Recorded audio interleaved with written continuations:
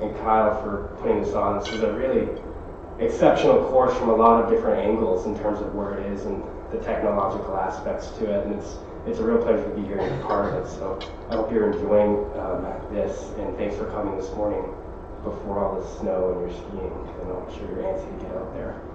So we're going to change base a little bit. We're going to talk about two camps of patients. So the first camp we're going to talk about, the first tent we're going to look at, are vomiters. What I mean by vomiters are not just those patients with your typical GI bug or gastroparesis.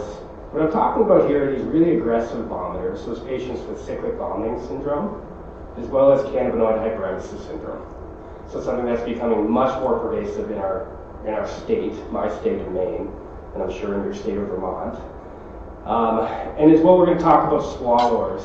And these aren't your children that are swallowing Legos. These are your swallowers that are causing a lot of grief, swallowing everything that gets in front of their faces. So these two populations we're going to discuss today, these two camps. So this is typically how I feel when I walk into one of these rooms. So you've had your time to kind of look through their chart. You've seen their records. You know they've been here 63 times in the last 2 years. You know they've left upset and angry. They've caused a lot of grief to the staff. And you kind of feel like this and you walk in and you want to put on your best face and you're like, hi, I'm Dr. Croft, how you doing? And they're sitting there retching into a bag. And they're just saying, you know, I'm going to try to get you feeling better. Let's start with a little Zofran. I can give you Zofran 4 milligrams. That's like, you try to make it sound magical, even though Zofran for them is like just a toss in the can. And all they want to do is be admitted to the hospital. And they want to just admit me to the hospital, call the hospitalist, and you've had that conversation before, which is not a comfortable conversation to have. So this is kind of the feeling you get when you enter these rooms. And then when you walk out, you just kind of want to go and hide. You want to run over to your booth and hide. And close your eyes and be like, what am I going to do now? Now the next 3 to 4 hours of my shift are going to be miserable. I'm going to be back and forth into that room over and over again. What I want to remind you is that we, the people that are ordering the medications and giving the medications, have it really easy. Right? These patients are miserable, first of all. They're not, you think it's fun to come into the ER and be that like focus of attention? I can't imagine that's a really good feeling. Secondly, you have the nursing staff who has to approach every call bell and go in and kind of cater to the patient, give them more medications. And then you have all the other ancillary staff, the techs, the secretaries. These patients, you collectively hear them when they enter the waiting room. Our waiting room at Maine Medical Center is probably 50 yards from where we're actually clinically seeing people, and you can actually hear these people come into the waiting room, and your shoulders just go down. It's like, oh gosh. So we actually have it easy, and I just want to remind you of that. We can actually click medications, you give medications, and then you go to your next patient. You don't have to be in the room over and over seeing these patients. So just remember that next time you get really kind of down about that. So cyclic vomiting syndrome was actually first described in 1882. It was a British gentleman by the name of Samuel Gee, and it was first described in children. And we'll talk in a moment about the children demographic as opposed to the adult demographic. First, I want to kind of take you down the path of a patient that I had back in 2015 and 2016. It was in a hospital in Maine. I won't tell you what hospital it was at. I do a bit of moonlighting with some of the folks here. In another hospital, we'll get to that later. But this patient came, so this is August in Maine, which is pretty delightful. It's a beautiful time to live in Maine. So she only came, I'll give you, she's a she. She only came in 4 times in August, so she's probably enjoying the summer in Maine, sailing, and whatnot. September comes around, she comes in 7 times, leaves start changing in October, she comes in 11 times, Thanksgiving, turkey season 13 times, and then Christmas comes, and she came in 25 times in December, so around the holiday season. She's almost there every single day. And like I said, this is an exhaustive encounter for everyone involved. So 25 visits to your ED, no matter how big it is, and we have a pretty big ED, but I can't imagine a smaller ED facing this type of strife on a day-to-day basis. So over that time, she had countless CAT scans, countless endoscopies, countless admissions to the hospital. She actually had a port placed. She had something like 33 scopes or something through that time as well. And you can imagine all the complications and such that come with these patients. So then, after the new year, this happened. So 0, 1, so what the heck happened on January 1st? So let me tell you a little bit of a story. So I was a Christmas guy, so when we do our holidays, we do 4 days in a row. Not how you guys do your blocks. But I was a Christmas guy. And I actually saw this patient 3 times in 2 shifts. So she had come in the morning the first day, and I discharged her. She came in right when I was leaving the first day. And then she came in the second morning that I was there, and she was actually brought in by EMS because she was found face down in a snowbank outside of her house. So she was on such a catastrophic cocktail of medications that she was at such high doses that she would go home and she was actually given medications, these medications to take at home. And she got to the point where she's taking so much that she got delirious, wandered outside in the freezing cold, and collapsed and sunk her down into a snowbank. So she arrived hypothermic. She was resuscitated pretty easily. It wasn't the most difficult resuscitation. That wasn't the crux of it. But what I decided to do at that point is I actually blue papered her. And this was kind of the first time I had done this in a patient that wasn't, I'm suicidal, I want to kill myself. There's a couple or 3 different reasons why you can do this. One is that you're self-harm, right? So that you're a limit to yourself. The next is you're homicidal, so you're a threat to other people. And then for her, it was her safety. So there's that other caveat in that blue paper, that if someone's a safety risk to themselves, or you think that they're pose a risk to themselves, you can actually put a blue paper on that. And what does a blue paper really mean? Do you kind of know that if you think to yourself? So what a blue paper does is actually gives you 48 to 72 hours of an involuntary hold. And that's you have that onus as an MD or DO or the nurse practitioner. You can do that. You can put people on these holds. And in this case, I thought that was the right thing to do. One, I was at my wit's end. I had seen her 3 times in 2 days. I had so many battles with the family. She had a mother that was incredibly involved in her care, and that was not helping. And this is a theme you'll often see with these patients. Family members will be incredibly involved in their care. So this was a really hard thing for me to do, and I took a lot of angst from her and her family. But we actually teamed up with a hospitalist that was on that day, and we carved out a plan to wean her from these medications. She was actually to the point where every time she came into the ED, there was an FYI cocktail that you would just click a button, and she would get like 4 milligrams of Dilaudid, 4 milligrams of Ativan, Benadryl, Compazine, and then she typically reached the second point was when you'd start giving Haldol and those other medications, and occasionally she'd get ketamine.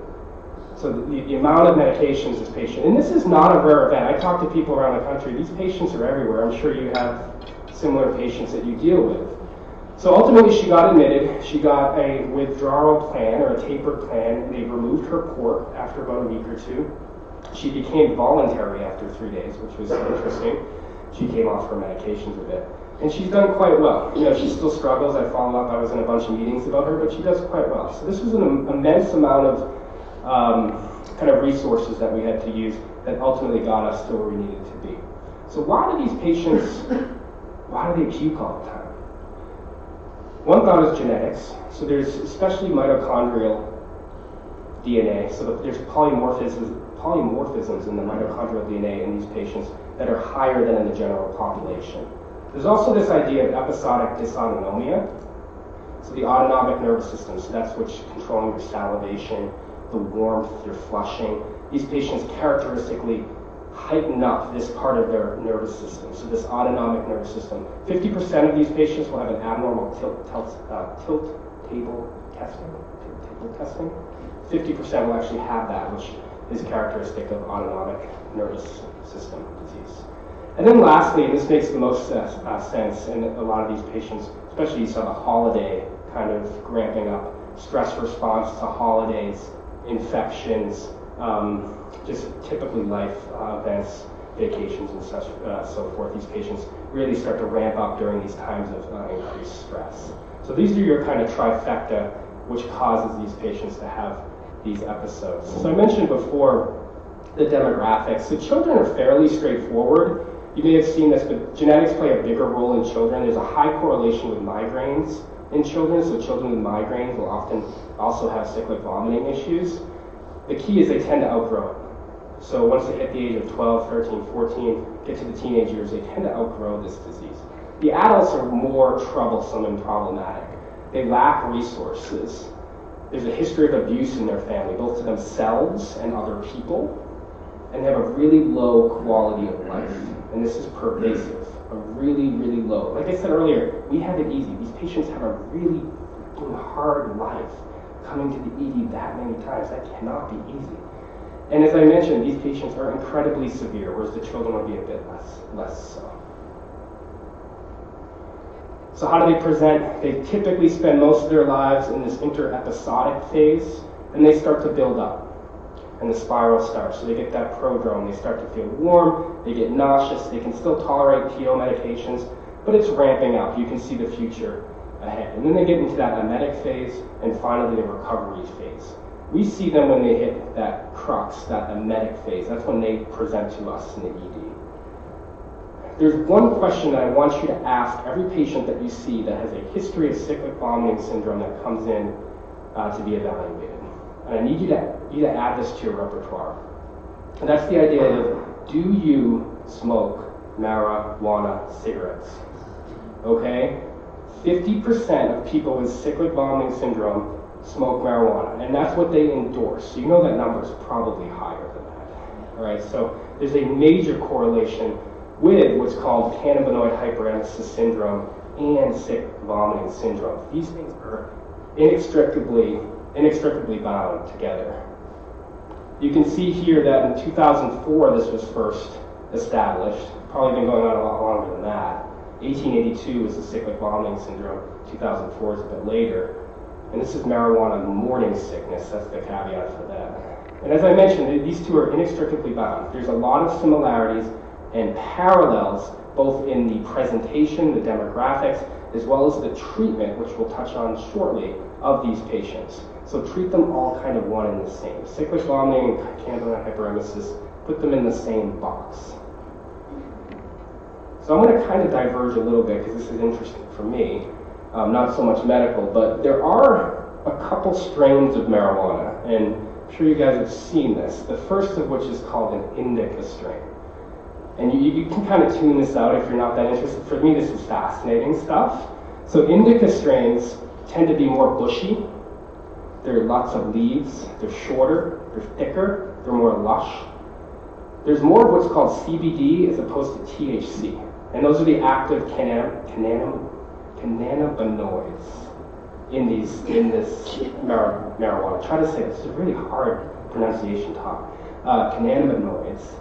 And CBD is a lot higher than THC in this indica strain. They're also much more prevalent in colder climates. So up here in Vermont, in Maine, and New England, you're going to see a more kind of a sway towards indica strains than what's called sativa strains, and we'll talk about that in a moment.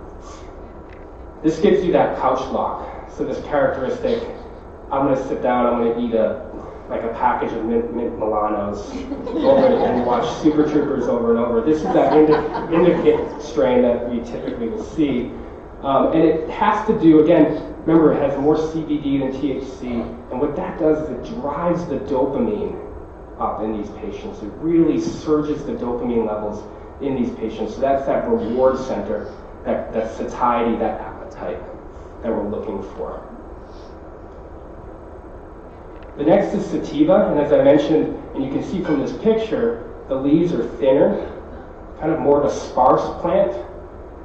Grows in warmer climates as well, and it has more THC than CBD. And THC is what's going to give you more of that body high. So that idea of creativity, more of like do it in the morning and enjoy your day, go skiing, go snowboarding, do whatever you want to do. But that's more of kind of the sativa blend is going to be giving you that aspect. And this is more reliant on serotonin as opposed to dopamine. So that's that neurotransmitter of serotonin functioning to stabilize your mood, helping with anxiety. So these are these medical uses, medical reasons why we're using these types of strains of marijuana to try to hone in on patients' particular problems and issues. The reality is that most are becoming hybrids or blends. So you'll see mostly blends of indica and sativa. There's various reasons of that, and I could probably do another talk on that, which would be fun. But the hybrid or the blend phenomenon is more about growing. So the growth of blends is a bit easier than just one or the other. They complement each other nicely in the soil, and they grow easily. So you'll see more blends involved with that. So back to kind of the medical stuff. Why can't these stoners stop puking? We think that giving people marijuana, people that are on hospice or with critical metastatic disease, we think that giving them marijuana to help them with their appetite is a good thing. And it often is. And I actually think that's a great thing. So why are these patients that are using marijuana daily having the complete paradoxical effect where they just cannot stop vomiting? What's the essence of that? Where is that coming from? Well, you remember the Pavlov dog psychic secretion model where you hear a bell, you want to eat. Kind of comes back to that when you look at the chemistry behind it. So there's this nice connection between the hypothalamus and the stomach and the gut that actually drives this cycle back and forth, this idea of helping with nausea and vomiting and emesis and preventing it. And that's why marijuana really hones in on those target receptors. Where are the receptors located? The receptors are located everywhere. So they're in your lungs, they're actually in your heart, they're up in your brain obviously, but they're also in skeletal tissue and bones. The ones that we really care about are the CB1 receptors as well as the CB2 receptors in the stomach. The other thought is that, and this actually has a lot of, I think, legs, is that marijuana and THC and CBD is actually incredibly lipophilic. So when you smoke daily, lots of marijuana, copious amounts, it actually sticks in your lipids and in your fat cells. And when you have moments of stress and your body is in kind of this hypermetabolic, catabolic state, these fat stores actually get released in the body and your body just gets pounded with THC and CBD. And what that does is it causes an inverse relationship to those receptors I was talking about. So as opposed to before when you're having nice agonist, your receptor attaches to your cannabinoid, then it helps with satiety, helps with emesis. What's actually happening is it's flipping the switch over, and these patients are becoming profoundly emetic. So there's these two roles of kind of switching the receptors as well as this lipophilic model that really drive this idea of this paradoxical emesis that these patients are having. One other interesting tidbit is there are these molecules called terpenes, one in particular called myrcene, that's also part of this THC and CBD class. They are found in marijuana. These things increase the CB1 receptors, especially in the brain, and help drive this process of emesis. One really interesting tidbit that's coming out is that all these hoppy beer craze that you're seeing here in Vermont, in Maine, this chemical of myrcene is actually found to high levels in these beers. And some postulate that the craze and the interest in all this hoppy beer is because these people are kind of getting a little bit of that euphoric effect from cannabis in these really hoppy, dank smelling beverages or beers. So especially, and if you want to get really into the nitty gritty, they're like Cascade hops and Simcoe hops. Those are actually really high in myrcene. So you can kind of go down that road if you wish. But this beer craze is definitely becoming real. And one thing we can probably put to bed is that Maine beers are definitely a lot better than Vermont. That's for sure. I mean, there's a lot of we're not sure what's going on here with the whole cannabinoid thing, but this is for sure, definitely, this is not a question. So in terms of pathophysiology, like I said, there is a bond between CBS and CHS, and genetics play a role, autonomic nervous system plays a role, and this incredible stress response that these patients have play a role. You've heard of this compulsive bathing, this desire that these patients want to just get hot. Next time you have your patient with your cannabinoid hyperemesis syndrome, ask them if they bathe a lot, or ask their parents if they're always stuck in the shower, and their parents will say, yeah, they've been taking these 45-minute showers over the last week. I guarantee you'll get that answer.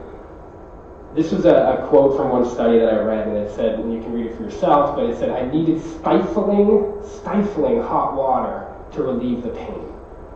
The hottest water I could get. They wanted to be blood deep red. So these patients have this insatiable desire to get hot, and that's that autonomic nervous system playing into things. So what's the cornerstone of therapy? And I mentioned that you kind of treat some of these the same. The key here is just to give non-addictive medications. The patient I referenced earlier was on incredibly addictive medications. The key is to give non-addictive. And there's a three-pronged approach to this.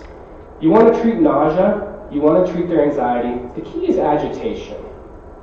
For nausea, I would recommend compazine. From the studies, you can give Zofran, you're probably not going to win with that. I would recommend compazine, it gives you a little bit more that sedative quality.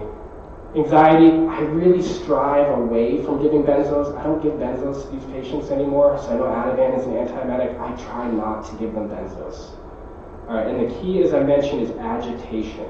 So using Benadryl and Haldol should be the cornerstays of your treatment of these patients. All the time, Benadryl, Haldol. Go right there from the beginning. This is not a second line thing. First line agent should be Benadryl and Haldol for these patients. What does Haldol do? I mentioned that dopamine earlier, that dopamine surge. Haldol blunts that and blocks that dopamine surge. And that's the pathophys behind the treatment. Focus less on the nausea and the anxiety, and focus more on achieving sedation. All right, so achieve sedation on these patients, get them to be sleepy and tired. That will switch off that insatiable need to puke and to retch. Once they get tired and sleepy, you get them home. Right, so achieve sedation is a first line in patients with cannabinoid hyperemesis syndrome. There's a little bit of data looking at capsaicin, so hot peppers, and actually putting it on the belly. People I find, there's like one really great study that shows that it works in about 12 people. It's a small study. I find people don't really tolerate this well, especially in the emergent setting. Rubbing a bunch of capsaicin on their belly, like especially someone like I told you earlier that's already in a state of heightened whatnot. I just don't find that this works very well. So I think that maybe as an outpatient therapy, it might be a possibility to bridge them and to help them prevent them from coming back. And then the bottom line is please do not use opiates. They're complaining of severe pain. Take Dilaudid, morphine, take fentanyl kind of out of your toolbox in terms of giving these patients medications.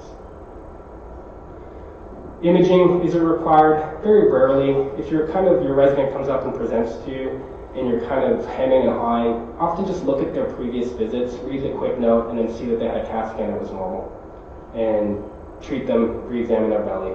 Imaging is very rarely, absolutely no x-rays, unless they're retching enough where you think that they have Boerhaave syndrome or something with that, no. But typically imaging is not going to be part of your workup of these patients. And then lastly, with these patients, really address the elephant in the room. They need to quit smoking. Right? You can give them all the medications you want until they realize that they will not get better and they will not have to stop coming to the ER until they quit smoking. They're really just not going to have any peace in life. The question I often get when I start to broach that topic is, when is this guy? I've stopped smoking, I haven't smoked for 2 weeks. Well, what I typically say is, how long have you been smoking? It's usually years. And usually things that build up over years take a long time to go away. Similar to like COPD exacerbations, right? If someone's had a COPD exacerbation for a week and they come in to see you, you're not going to turn them around in 2 hours. They're usually going to take a couple days. So that kind of mirrored approach is really important to tell the patients that it's going to take some time. It's not going to be a 2-week endeavor. It's going to be a month to almost a year endeavor to get these patients better. All right, let's quickly change gears. How are we doing on time, Megan? Good? Oh, perfect. So let's change gears. This is one of my colleagues, so I figured this is a good slide to kind of go from that kind of topsy-turvy euphoria of marijuana now to swallowers. So we're going to move kind of the camp or the tent site over to the swallowing group. of patients. So these are foreign body ingestions. And you guys have seen a patient that has come in multiple times for foreign body ingestions in your ED. Any hands? Yeah, be honest, you've all seen them. Interestingly enough, and we're going to talk about this patient, like I said, I'm not going to tell you what hospital I work at, but this patient has since migrated to a different hospital that I now occasionally work at. So I see this patient now away from my home base, which is quite interesting, following me along. But this was back in 2014 and 16. Similar to the last patient, you'll see a kind of a parallel escalation approach. This patient presented 176 times to the ED over a year and a half. So that's like 1 out of every 3 days, I think, when I calculated and when I looked at the dates. But every 3 days. And that's because this patient swallowed something. They're not just presenting with aches and pains, they're swallowing something. So things need to be done on these patients. This is her imaging portfolio. It's her number of scopes she had, CAT scans, x-rays. She got more x-rays than visits, which is awesome. Let's walk through what she swallows. This is kind of fun. This is like a timeline of her swallowing phase. But so she started kind of in the knitting kind of realm of things, the sewing. So just a couple needles, and then she really got into the bag of needles and took a whole bunch. Slowly kind of got into the more of the electronics, so she got into batteries at that point. So a nice big battery there. And then again, more batteries the next visit. Lastly, she kind of snuck probably into the tool shed downstairs, and she's getting into nails and screws. And then the doozy here is the nice, does anyone know what that might be? It's a screwdriver that she swallowed. So she went from the nails and the screws to the screwdriver. And then this was her last visit before she ended up staying in the hospital for quite some time. Swallowed a nice metal fork that got lodged into her esophagus. So she subsequently developed a severe mediastinitis. I don't know if you've ever seen these patients, but they're kind of like your uro, sepsis, kidney stone patients that get septic. They get incredibly sick incredibly fast.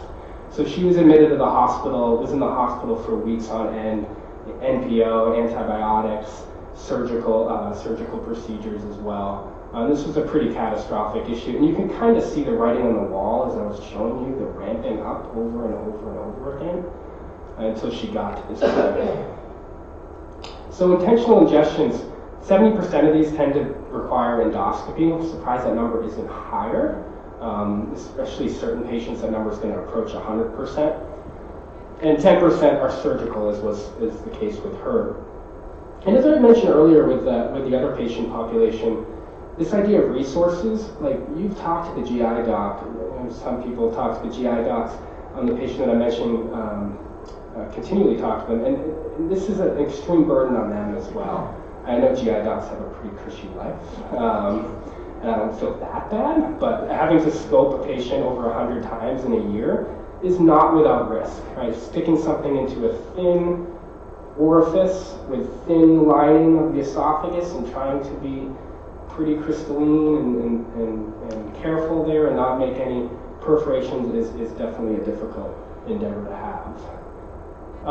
Plus the cost, not just the physical or the emotional toll, but every endoscopy costs at least $3,000. So she had 176 of them or whatever. And that's just thousands and thousands and thousands of dollars. So this is just a really, really difficult situation. So in terms of what you need to know from a medical standpoint is the 3 E's. So esophagus, anything stuck in the esophagus equals emergent, right? So if it gets down to the stomach, especially if it gets past the pylorus, you're typically okay for a while. But anything that gets stuck in the esophagus, whether it's sharp objects, especially disc batteries, and anything that obstructs like that huge, massive fork, that needs to come out immediately. Otherwise, if it's in the stomach or past the pylorus, you have some time. So you have 24 hours, especially if it's greater than 6 centimeters, or there's sharp objects that are stuck in the stomach. They get past that pylorus, you typically have like 4 weeks to wash them. So that's often the question, like a kid swallows something, gets past the pylorus, what do? Do I hold their poop when they poop and sift through it? typically don't have to do that. You can usually wait and watch for symptoms. And actually, GI doctors allow up to a month for things to pass once it gets to pylorus, through the pylorus. So it's just really important if you identify it being in the esophagus itself. As opposed to the other group we had, imaging is always going to be required. As much as I hate imaging patients, just click the button, get an x-ray, move on, call the GI doctors. You have to do it in these patients. There's no way around it. You can also really not trust what they say, what they swallowed, right? So they say they swallowed something and you get an x-ray and it's something completely different. So that happens all the time. So these patients, both CVS, CHS, and swallowers, just go through countless resources, emotional, physical, the whole gamut. There's a significant cost of marijuana to our system, and we're going to see that. As much as popular as it is in our culture now, and it's becoming more and more legal, the cost of green or the cost of marijuana is going to be real, and we're going to start to see more and more patients here in Vermont, and especially here in Maine with the recent legalization. Side effects are absolutely palpable. It's not just the cyclic vomiting, this cannabinoid hyperemesis syndrome. It's people coming in with unintentional overdoses, in particular kids, right? So this is from Colorado, 3 times the visits for unintentional overdoses of kids getting into their mother's brownies or their father's, cookies or whatnot, or gummy bears, are especially worrisome because they just look like a kid's secret treat. So you're going to see more and more kids. So there's definitely a cost of marijuana to our system, as helpful as it can be for certain patient populations. As you see here, it's kind of a coastal phenomenon. And I talked earlier about those plants being better in colder temperatures. It's kind of why the climates kind of help produce these plants and cultivate and grow them.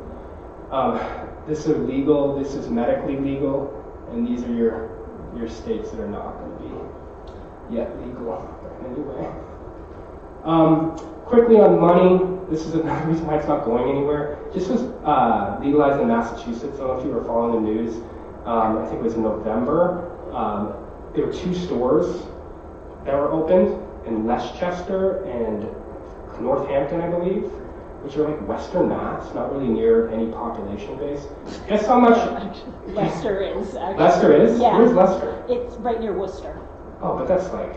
I work out there. Yeah, but that's like... I mean, I live in Portland. It's not like Boston. No. They're going to open in Davis Square pretty soon. Which is... But in those 2 stores, take a guess at how much money they made in the first 5 business days.